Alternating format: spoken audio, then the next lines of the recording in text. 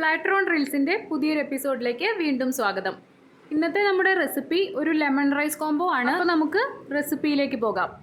ആദ്യം തന്നെ നമുക്ക് ലെമൺ റൈസ് ഉണ്ടാക്കുന്നത് എങ്ങനെയെന്ന് നോക്കാം. ലെമൺ റൈസ് ഉണ്ടാക്കുന്നതിനായിട്ട് ഇത്രയും പരിപ്പ് ഐറ്റംസ് ആണ് ആവശ്യമുള്ളത്. അതായത് 1/2 ടീസ്പൂൺ കടുക്, 1/2 ടീസ്പൂൺ ഉഴുന്നുപരിപ്പ്, 1/2 മുതൽ 1 ടീസ്പൂൺ വരെ കടലപ്പരിപ്പ്, 1 പിടി കപ്പലണ്ടി, 1-2 ടേബിൾ സ്പൂൺ കശുവണ്ടിപ്പരിപ്പ്. പിന്നെ വേണ്ടത് ഒരു വറ്റൽമുളകാണ്.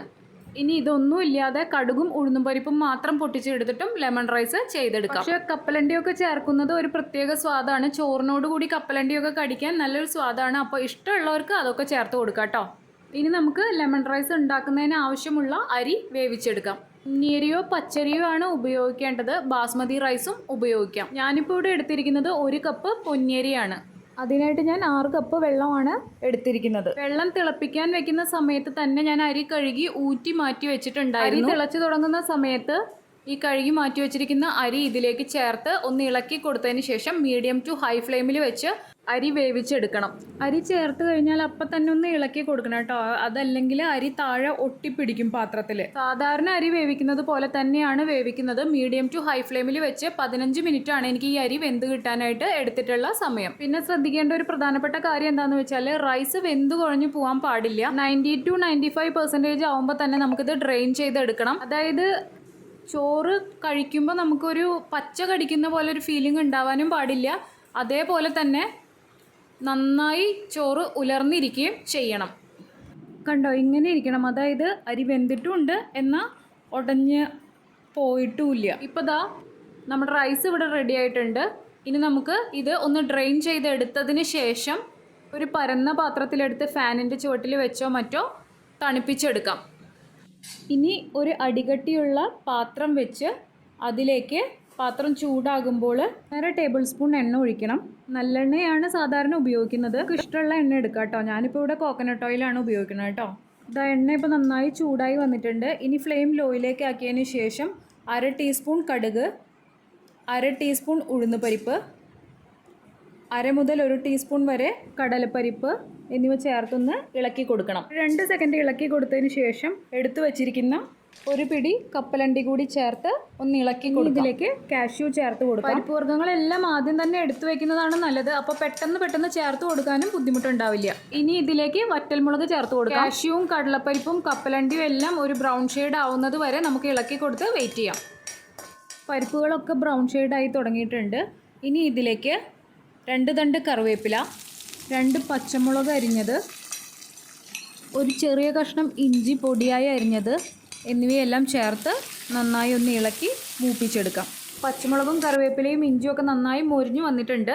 ഇനി നമുക്ക് ഇതിലേക്ക് 2 പിഞ്ച് കായം പൗഡർ, 1/4 ടീസ്പൂണിന് ഇത്തിരി കൂടി കൂടുതൽ എന്നാൽ 1/2 ടീസ്പൂൺ ഇല്ല, ഈ അളവിൽ മഞ്ഞൾപ്പൊടി, ഇതെല്ലാം ചേർത്ത് പച്ചമണം മാറുന്നത് വരെ ഒന്ന് ഇളക്കി കൊടുക്കാം. അതിനുശേഷം ആവശ്യത്തിന് ഉപ്പ് കൂടി ചേർത്ത് ഒന്ന് ഇളക്കി കൊടുത്തതിന് ശേഷം ഫ്ലെയിം ഓഫ് ചെയ്യാം. ഫ്ലെയിം ഓഫ് ചെയ്തതിന് ശേഷം 1/2 മുതൽ 1 മിനിറ്റ് വരെ വെയിറ്റ് ചെയ്തതിന് ശേഷം നമുക്കിതിലേക്ക് നാരങ്ങ നീര് ചേർത്ത് കൊടുക്കണം. ഫ്ലെയിം ഓൺ ആയിരിക്കുമ്പോൾ അതുപോലെ തന്നെ പാത്രത്തിന് നല്ല ചൂടുള്ള സമയത്ത് നാരങ്ങ നീര് നമ്മൾ ഒഴിച്ചു കൊടുക്കുകയാണെങ്കിൽ ഐസിന് ഒരു കയ്പ്പ് രസമായിരിക്കും ഉണ്ടാവുക. അതുകൊണ്ടാണ് ഫ്ലെയിം ഓഫ് ചെയ്തതിന് ശേഷം നാരങ്ങ നീര് ചേർത്ത് കൊടുക്കാനായിട്ട് പറയുന്നത്. ഞാനിപ്പോൾ ഇവിടെ 2 ടേബിൾ സ്പൂൺ നാരങ്ങ നീരാണ് 1 കപ്പ് അരിക്ക് ചേർത്ത് കൊടുത്തിരിക്കുന്നത്. ഞാനിപ്പോൾ ഇവിടെ എടുത്തിരിക്കുന്ന പാത്രം നല്ല അടികട്ടിയുള്ള പാത്രമാണ്. അതുകൊണ്ട് തന്നെ ഫ്ലെയിം ഓഫ് ചെയ്താലും നല്ല ചൂട് നിലനിൽക്കുന്നുണ്ടായിരിക്കും. അതുകൊണ്ടാണ് 1/2 മുതൽ 1 മിനിറ്റിന് ശേഷം ചൂടൊന്ന് പാത്രത്തിൻ്റെ താഴ്ന്നതിന് ശേഷം ഞാനിതിലേക്ക് നാരങ്ങ നീര് ഒഴിച്ചു കൊടുത്തത്.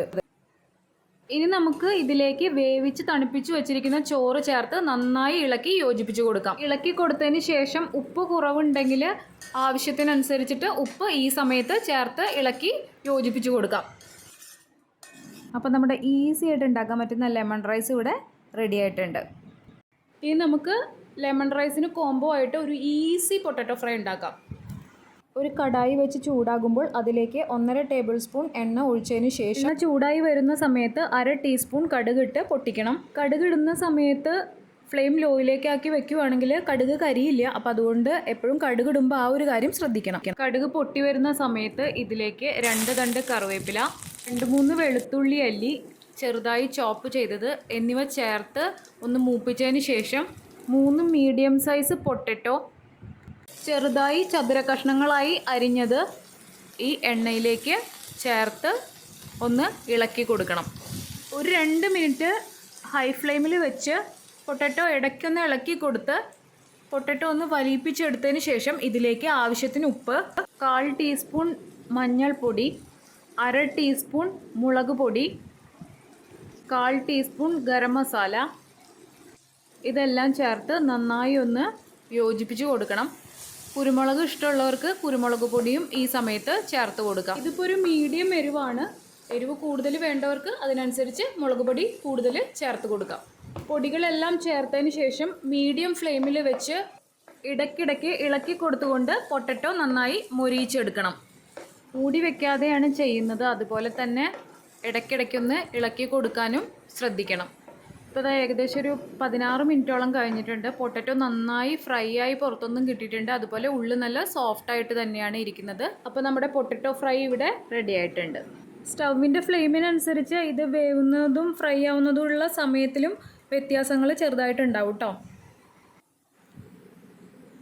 ഇങ്ങനെയാണ് ഇതിൻ്റെ ടെക്സ്ചർ വരിക. അതായിപ്പോൾ ഒരു കയ്യിൽ വെച്ച് ഇങ്ങനെ പ്രസ് ചെയ്യുമ്പോൾ ഇത് വെന്തിട്ടുമുണ്ട്, എന്നാൽ പുറത്തുനിന്ന് നന്നായി മുരിഞ്ഞിട്ടും ഉണ്ടായിരിക്കണം.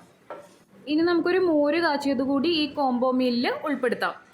അതിനായിട്ടൊരു പാത്രം വെച്ച് ചൂടാകുമ്പോൾ അതിലേക്ക് 1.5 ടേബിൾ സ്പൂൺ എണ്ണ ഒഴിച്ച് ചൂടായതിന് ശേഷം 1/2 ടീസ്പൂൺ കടുകിട്ട് പൊട്ടിക്കണം. ഇനി ഇതിലേക്ക് കടുക് പൊട്ടിത്തുടങ്ങുന്ന സമയത്ത് 1/4 ടീസ്പൂൺ ഉലുവ കൂടി ചേർത്ത് കൊടുക്കണം.